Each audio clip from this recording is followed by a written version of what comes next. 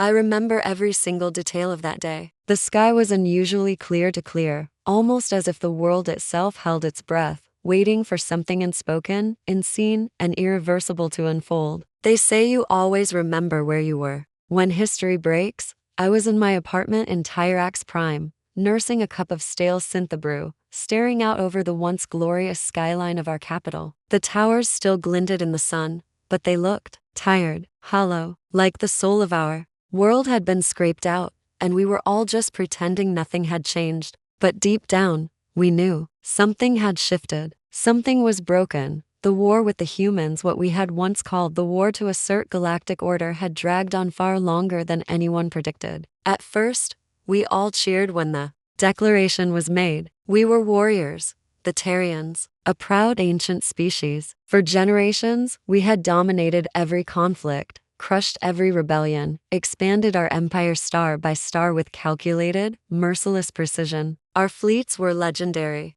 Our soldiers were born and bred for war. We never lost. That was the truth we were raised with, the faith that fed our pride. But this war, it was different, longer, bloodier. We didn't see it at first. Not on Tyrax, not in the heart of the empire. The fighting had always been distant, always somewhere, far off on the edges of map space, in systems whose names we barely remembered. We saw trade ships vanish from the registries, yes. We received official messages of condolence, watched funerals broadcast on the evening news, gave customary salutes to the families of those who'd fallen. That was just the rhythm of life during wartime. Expected, normal. We didn't question it. We were Terrians. War was our nature. But even as the reports grew more grim, even as the gaps in supply chains grew longer, and the casualty numbers began to climb into the tens of thousands, then hundreds of thousands, we remained complacent, detached. We believed it couldn't touch us here.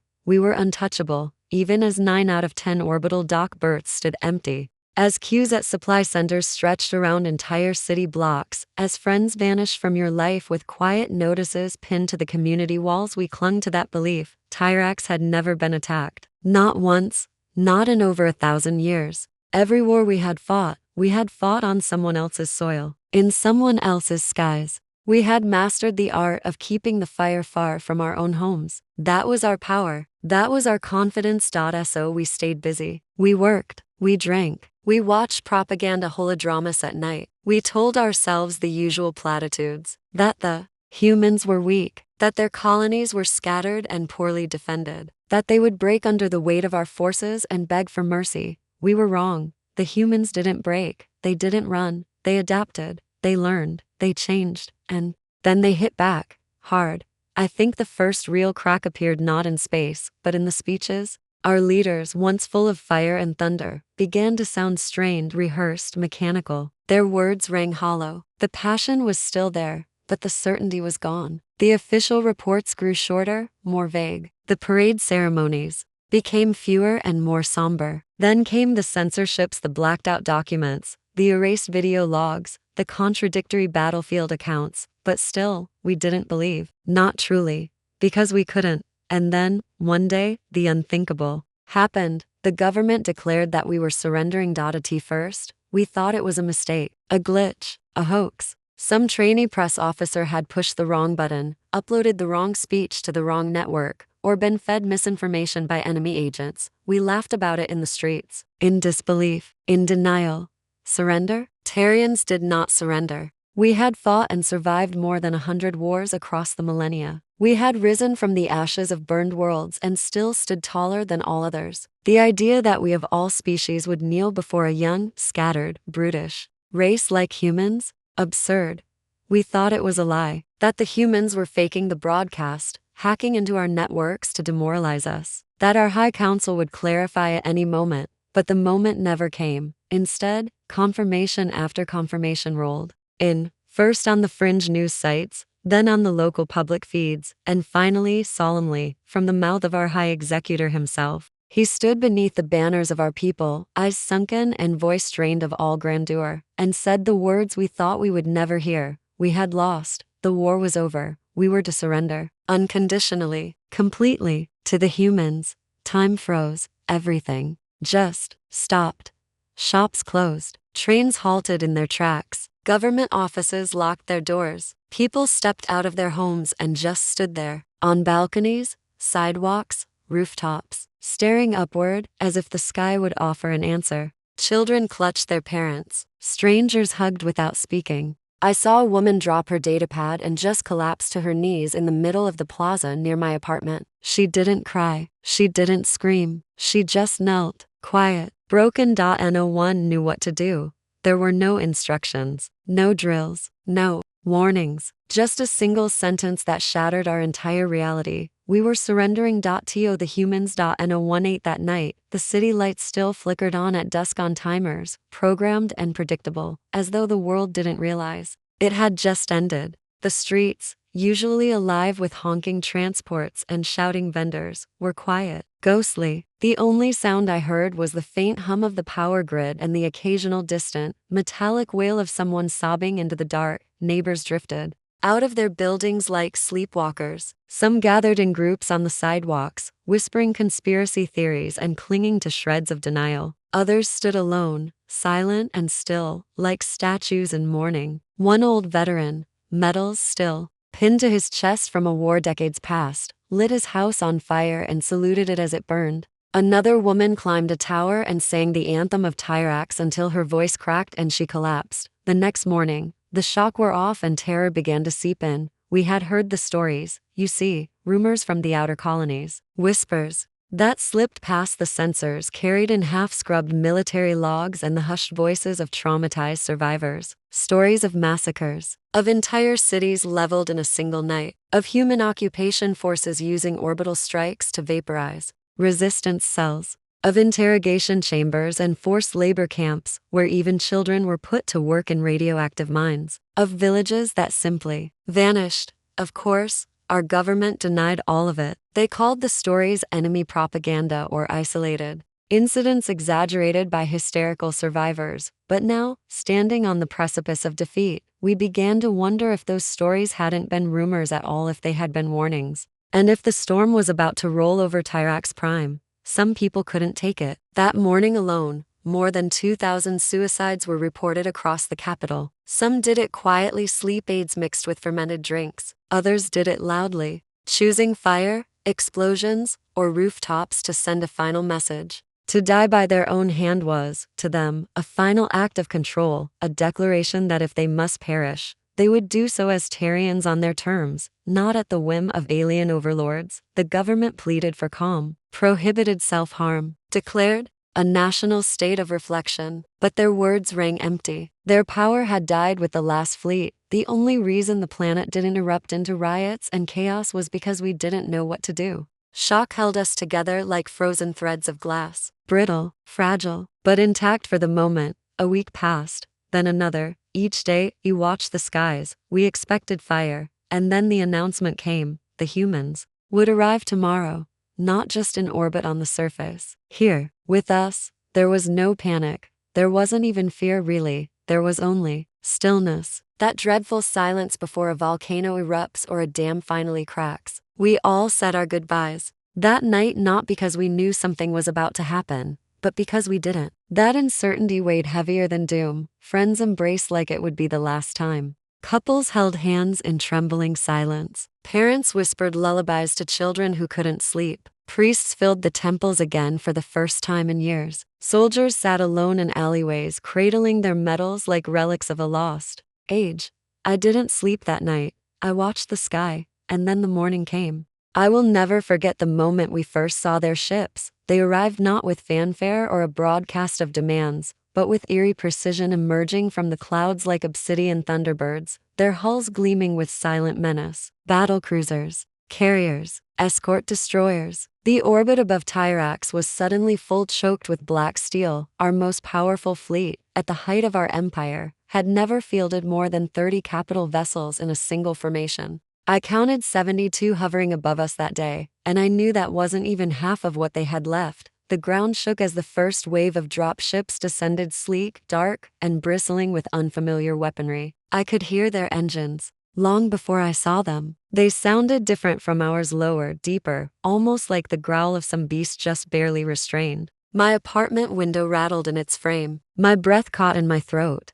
Some part of me, primal and terrified, told me to run, to hide. But I didn't. I stood frozen watching. The first tanks appeared moments later. They hovered just a few centimeters above the ground, riding on anti-grav suspensor fields like ours but heavier, denser, with a kind of weight that made the pavement crack beneath them despite the lift. Their dark hulls were matte, angular, utilitarian. No emblems, no frills, just brutal functionality. Behind them came the armored transports, massive, looming things with reinforced sides and cannon turrets mounted like silent threats. But what came after? I still dream about it. The infantry. I had heard rumors about human soldiers, tales of augmented warriors in cybernetic suits, larger than life and twice as fast, but I was not prepared for what I saw. They weren't soldiers, they were machines wearing flesh, hundreds of them, marching in perfect formation, each clad in fully enclosed powered armor, dark and featureless save for the glowing optics and the insignia burned into their shoulders. They looked like walking tanks, only more graceful, more deliberate, each step synchronized, each movement eerily fluid, as if they were part of a single organism stretching through the city. We had powered suits too, of course, but ours were clunky, ceremonial, meant more for morale than utility. These were different. These were the apex of war design. I ducked behind the curtain, heart racing, but I couldn't stop peeking through. I wasn't alone. My neighbors, too, were pressed to their windows, wide-eyed and pale. For the first time in my life, I understood what fear really was. Not panic, not terror. No. Fear was knowing in your bones that you were completely, utterly outmatched. That everything you believed about your strength, your superiority, your unshakable place in the galaxy, had been a lie. And that was the moment I accepted it. We hadn't been tricked. We hadn't been betrayed. We had simply been wrong, catastrophically, arrogantly wrong. The moment that changed everything, truly everything, wasn't when the ships darkened the skies, or when the tanks rolled past our monuments, or even when the thudding boots of power-armored infantry shook the bones of our streets. No. It was a little girl, and a soldier. I remember it so clearly. Down to the flicker of dust motes in the air, the way the breeze curled around the buildings, lifting the corner of the city's morning banners like a shiver across skin. I had backed away from the window. I told myself it was for safety. If the soldiers saw me watching, they might see it as spying or defiance. But deep down, it was fear. That raw, helpless kind that clings to your spine and whispers the worst-case scenario on repeat. And yet I couldn't stay away. The column was moving slowly now, methodical. Infantry in full power armor flanking the transports, scanning every doorway, every alley, every rooftop. My people, the same ones who'd once cheered parades of victory, were now silent shadows behind curtains and shutters. Then I saw her. She couldn't have been more than 4, maybe 5 years old. A toddler, barely out of infancy by our standards. She must have slipped from someone's grasp, wandered from the safety of an atrium, toddling out from beneath the protective arch of a building just as the column reached the cross street. She wore a white dress. Just a simple thing, frayed at the hem, stained with the faint scuff marks of city life. It billowed behind her like a flag in retreat, and she walked right into the path of the soldiers. My body went cold. I wanted to scream, to pound the glass, to do anything, but my voice died in my throat. All I could see was the line of war machines moving forward with unstoppable, mechanical grace, one footfall after another, synchronized and inevitable. I had seen what power armor could do. I had seen footage of it tearing apart enemy bunkers, crushing vehicles, lifting grown men and breaking them like twigs. That child didn't stand a chance. I watched, frozen, as she moved directly into their path, and then something impossible happened. One of the soldiers broke formation. Just like that, like he was human. He turned, bent his legs slightly in a smooth, deliberate arc, and reached down. The armor hissed softly with the movement, and with practiced ease, with a gentleness that defied everything I had been taught to expect from the conquerors of my people, he lifted her. She didn't cry. She didn't squirm. She simply looked up at him, her little hands pressed against the smooth chest plate, eyes wide with wonder. And he looked down at her. I couldn't see his face, of course. His helmet remained sealed, but I swear to this day, I could feel the stillness of that moment like a ripple in the air, as if time itself took a breath. He stepped out of the column entirely, turned, and walked her back to the building she had come from, set her gently on a bench beneath the shade of the atrium. He kneeled, yes, kneeled and rummaged through a pouch at his hip, pulled something small and shiny out, a packet, ration food, and handed it to her. She looked at it, sniffed it, then smiled, and started eating. He didn't wait for thanks. He stood, turned, and jogged back to his position in the formation. I could hear the thump thump thump of his armored boots against the pavement even through the thick, reinforced glass of my apartment. The child watched him go, head tilted, not afraid, just curious. Then a woman, her mother, perhaps, burst from the atrium, snatched the child up, and fled back into the safety of the building. The soldiers didn't even blink, they just kept marching, and in that moment, something inside me shifted, something cracked, because that was not the enemy I had been told about, that was not the monstrous, bloodthirsty savage the holodramas had shown us. That was not the genocidal invader from the outer worlds. That was a soldier, powerful, yes, fearsome, absolutely, but a soldier who had the presence of mind to stop for a child, and for the first time since this entire nightmare began, I felt something I hadn't dared to feel. Hope.it was small, fragile, more like the echo of a memory than a real thing, but it was there, and it terrified me more than anything else, because if the humans weren't who we thought they were, then what did that make us? What had we done? The questions buzzed in my mind like hornets. I wanted to swat them away, deny them, bury them beneath patriotic hymns and battle cries, but they were louder, and they were right, because if we had been wrong about our enemy, how much else had we been wrong about? That night, I didn't sleep. I sat in the dark, staring at the empty street where the child had stood. The ration wrapper still tumbled there, caught in the wind. A strange symbol stamped on the corner, one I didn't recognize. Probably a unit, insignia, maybe a personal mark. And for the first time, I began to ask myself not what the humans would do to us, but what we had done to them. By the next morning, the human presence was unmistakable. Checkpoints had appeared like vines overnight at every major intersection, every government building, every transit hub. They weren't chaotic. They weren't hostile. In fact, the soldiers manning them seemed bored, if anything, professional, focused, but not aggressive. Still, their appearance had a psychological weight that pressed on the entire city. Tyrax Prime, once the nerve center of a galaxy-spanning empire, had been reduced to a vassal capital, overseen not by proud Tarian commanders in crimson ceremonial armor, but by strangers in black and gray uniforms with alien rank pins and emotionless helmets. There were no grand speeches, no public punishments, no mass detainments.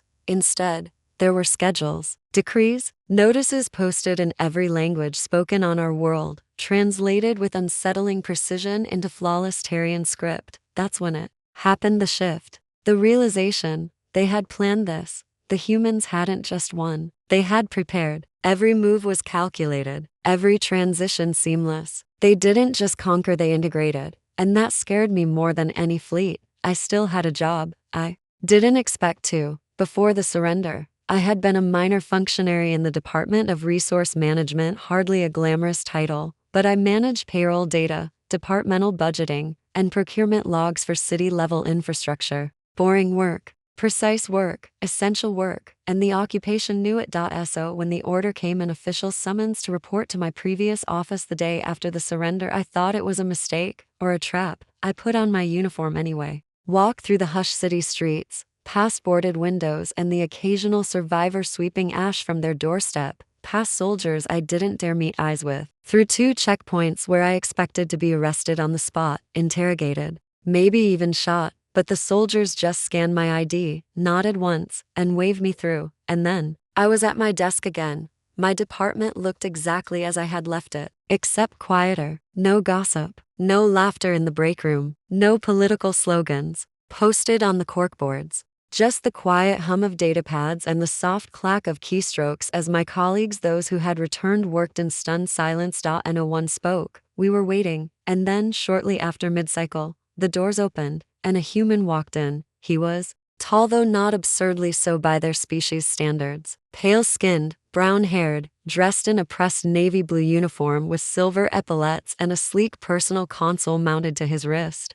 He carried a satchel full of data tablets and a stylus clipped to his chest. He looked ordinary. That shook me more than anything else. I had expected a monster. He introduced himself. His voice was calm, clear, and carried the kind of cadence You only hear in people who are used to managing chaos. My name is Doug, he said. Just like that. No rank, no title. Doug. It sounded absurd. We all stared at him like he'd spoken in riddles. Was that a name? A rank? A code word? Doug didn't seem to notice the confusion. He smiled. I'm your new department liaison. I'll be overseeing standardization and interdepartmental alignment between your office and the Planetary Oversight Division. It sounded like gibberish. Then he held up a tablet and projected a schematic into the air: charts, graphs, bullet points. It wasn't until then that I realized he was giving us a policy briefing, a normal, boring, civilian policy briefing. He went on for nearly an hour. Charts on budget forms, color-coded templates for filing requests, changes in document naming,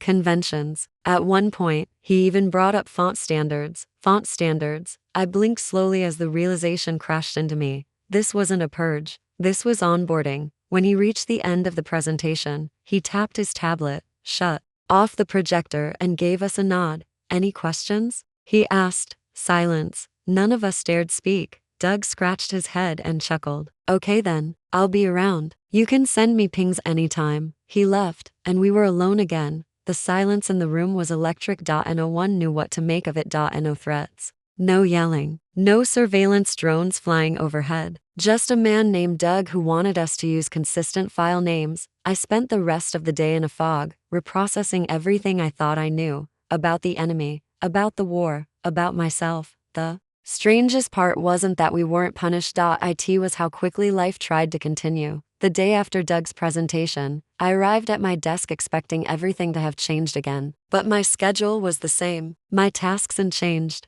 The only difference was the person in charge. And that person didn't bark orders or demand subservience. He didn't even bring armed guards to our department. He brought muffins, real ones, baked, slightly dry, but unmistakably homemade. He set them on the break room table like he did it every day, nodded awkwardly, and said, "My partner's trying a new recipe. Let me know what you think." It was surreal. I stood there staring at the tray, half expecting it to explode or reveal a hidden surveillance device. But no, they were just muffins. The woman from procurement took one, ate it, and survived. I took one to it was banana nut, a bit underbaked in the middle. I ate it anyway. That's when the walls started to crack, not the ones outside, but the ones inside. The walls we'd all built around our minds, around our hearts. The armor of hate and fear we'd worn for so long, it had become part of us. Doug didn't talk about the war. He didn't gloat or mention victories. He just talked about spreadsheets, budgets, personnel reviews. He greeted people by name, smiled, laughed sometimes. It was disarming and dangerous because it made us forget, or worse, it made us remember that we were all just people, separated by a misunderstanding so vast it had eaten a generation. Doug invited me to lunch one day. I hesitated, not because I didn't want to go, but because I did. And that scared me more than anything. We ate at a small cafe that had reopened under occupation oversight. Same tables, same menu, just quieter, more careful. He asked about my family. I told him I had none left. He didn't pry, just nodded and let silence settle between us like old friends. Then he told me about his 2 siblings, a dog named Moose, a father who grew tomatoes, and a mother who loved antique jazz. I'd never heard of it. He played some on his datapad. The music was strange, discordant at first, then oddly calming, like a conversation between 2 instruments that kept interrupting each other but somehow still made sense. You know, he said, sipping something that looked like algae tea. I used to think your people were monsters. Before the war, that you'd come for us, that you wanted to wipe us out. I froze. He noticed, held up his hands. I was wrong, he said. We both were. And just like that, a dam cracked. Not all at once, but the first fracture. That night, I stood at my window again, watching the human patrols move through the city. Their presence had become normal, like rain or wind, constant, expected. But now, I noticed the way they moved, less guarded, less tense, and we, the citizens, were the same. We began to breathe again, slowly, cautiously. Children played in the alleys. Once more, vendors reopened carts. Public squares echoed with music, not the triumphant anthems of the old empire,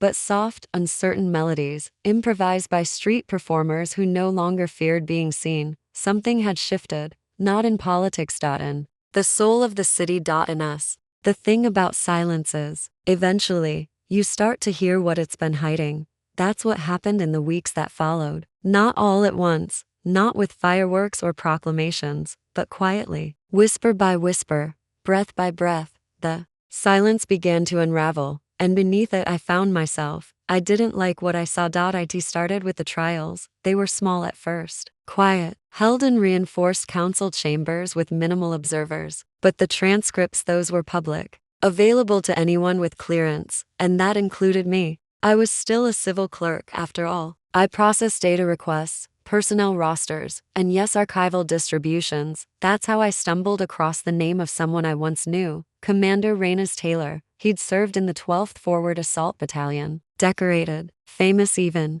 I'd seen him speak at parades. I'd memorized his tactical dispatches. He had been a hero to us, sharp, bold, full of righteous fury. He was also on trial for war crimes. I clicked through the transcript. At first, I didn't want to believe it. A part of me expected it to be propaganda, false accusations made by our conquerors to demoralize us. But then I saw the footage, unfiltered, unedited, from our own archives. It was a recon drone recording from the outer colonies, one of the first strikes against a human settlement. The kind we were told had been necessary, decisive victories, only it was T. It was a massacre. They hadn't fired on a military outpost. It was a town, civilians. Most of them didn't even have weapons, just homes, gardens, pets.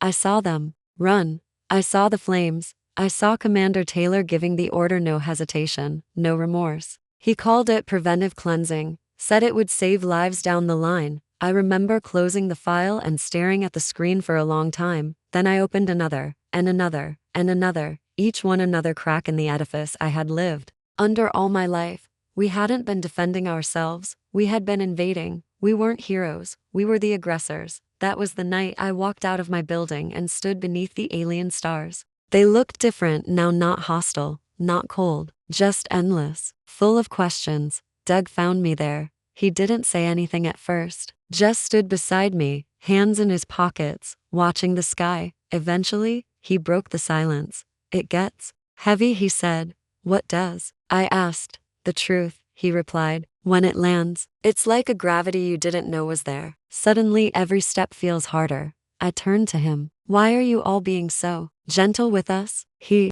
smiled, but there was sadness behind it. Because we know what it's like to be wrong, he said. We've made mistakes, big ones, and we've paid for them. So when we win, we try not to make others pay more than they already have. His words haunted me. I thought of all the people we'd lost, all the names etched into the great granite wall in the Memorial District. I had visited that wall every cycle since the surrender, lit candles, left flowers, but for the first time, I wondered how many names were missing, how many didn't belong there, how many others were etched into different walls on different planets, ones I had never seen. I started walking to work differently after that night, not because the route changed, but because I had changed. Before, I walked with my head down, watchful, measured, not just because of the human checkpoints, though those were still there, but because every step carried the echo of fear, the fear that something else might collapse, that this fragile quiet was just a mask, that punishment was coming. But now, I walked with my eyes open, not with pride, not yet. That would be arrogant, but with awareness. I noticed things I hadn't before. The way human soldiers smiled at vendors while buying local sweets. The way children no longer flinched when they passed patrols. The way our own police officers, those who had pledged to uphold the surrender, carried themselves differently. As if relieved not to enforce tyranny anymore. We were still under occupation, make no mistake, but it didn't feel like we were being crushed. It felt like we were being redirected. At work, things had normalized. Well, as normal as they could. Be in a government office that now answered to a foreign administrator. But we joked again. We swapped lunch recommendations. We even had birthday cakes. Doug organized them. He never said much, but he never missed a date. I found myself looking forward to his briefings. They weren't lectures anymore. They were collaborations. He asked for our input. He remembered names. He noticed who was having a rough day and pulled them aside, quietly, to ask if they needed help. He treated us like people. And after everything that had happened, that was what broke me the most, because that simple decency wasn't weakness. It was power, and it made me ashamed of how I'd once believed cruelty was strength. I told Doug, one day, during a late shift when we were alone in the records archive, "I used to think you'd kill us all." He didn't look shocked, he just nodded. "That's fair," he said. "We thought you'd do the same." We stood there in the quiet hum of data servers and blinking lights, two remnants of warring empires, and for the first time, we understood each other, truly. Not as adversaries, but as survivors. From that point on, I began to heal, not all at once. Healing never comes with a grand declaration. There's no anthem, no ceremony. It creeps in slowly, like sunlight through broken shutters. I visited old friends. Some were angry, some were bitter, but a few were just tired. And tired people listen. I read history, real history. Not the stuff curated for loyalty scores. I listened to human music, jazz, blues, something called folk, and began to see emotion not as a liability, but as a language. I even dreamed again, not of war, but of building, of planning, of starting over. And one day, I stopped thinking of Doug as the liaison or the overseer. He was just Doug, my colleague, my friend. The world had ended on Surrender Day, but something new had begun in its place. It didn't have a name yet. It didn't need one, because for the first time in my life, I wasn't waiting for orders, or dreading the next blow. I wasn't living in fear, or clinging to pride. I was living, truly, quietly, completely. Time passed.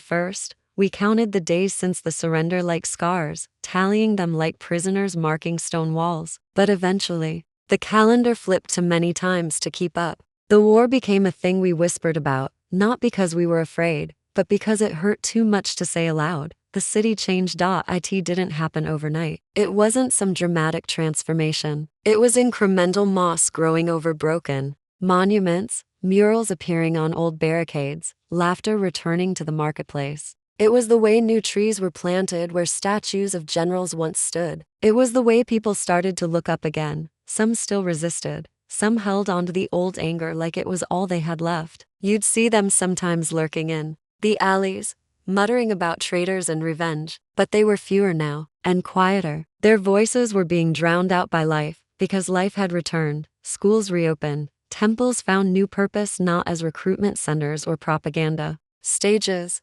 but as sanctuaries, places for healing, for forgiveness. Our architecture softened. The cold, brutalist lines of our empire's glory were replaced with curves, gardens, glass and greenery where there had once been steel and flame. The skyline didn't just rebuild, it breathed. And me? I stayed in the department, promoted eventually. I managed an entire sector now. Doug stayed too. Became director of interplanetary administration. Fancy title. Same man, same muffins, same crooked smile when the coffee machine jammed. We still talked. Not about the war. Not anymore. We talked about music, about architecture, about what it meant to build a society not on conquest but on trust. One day, we stood on the balcony outside Central Hall, watching the city lights flicker on as the sun dipped behind the distant horizon. He turned to me, hands resting on the rail. "You ever think about it?" he asked. "The war?" I said. He shook his head. "No. What comes next?" I didn't answer for a long time, because the truth was I had, every day. I thought about the children growing up without the weight of militarism. I thought about the murals students painted on their schools. I thought about the treaties being drafted, the shared research programs, the cultural exchanges. I thought about the silence that now hummed with music instead of drones, and I thought about that little girl in the white dress, the one who wandered into the path of death, and was carried gently back into life. "I think," I said quietly, "we were wrong about a lot of things, but not about everything." He raised an eyebrow. "We were right to survive." We stood there for a while longer, listening to the sounds of a city breathing again. I still visit the memorial wall sometimes. The names are still there. They always will be, not as proof of glory, but as reminders of consequence. And near the bottom of that wall, newly etched, there's another section now, smaller, smoother. It reads, "The day the war ended was the day something better began." I touch it every time I pass, because I lived through the ending, and I chose the beginning, not because I was strong, not because I was wise, but because one human soldier picked up a child instead of stepping on her, and that was enough.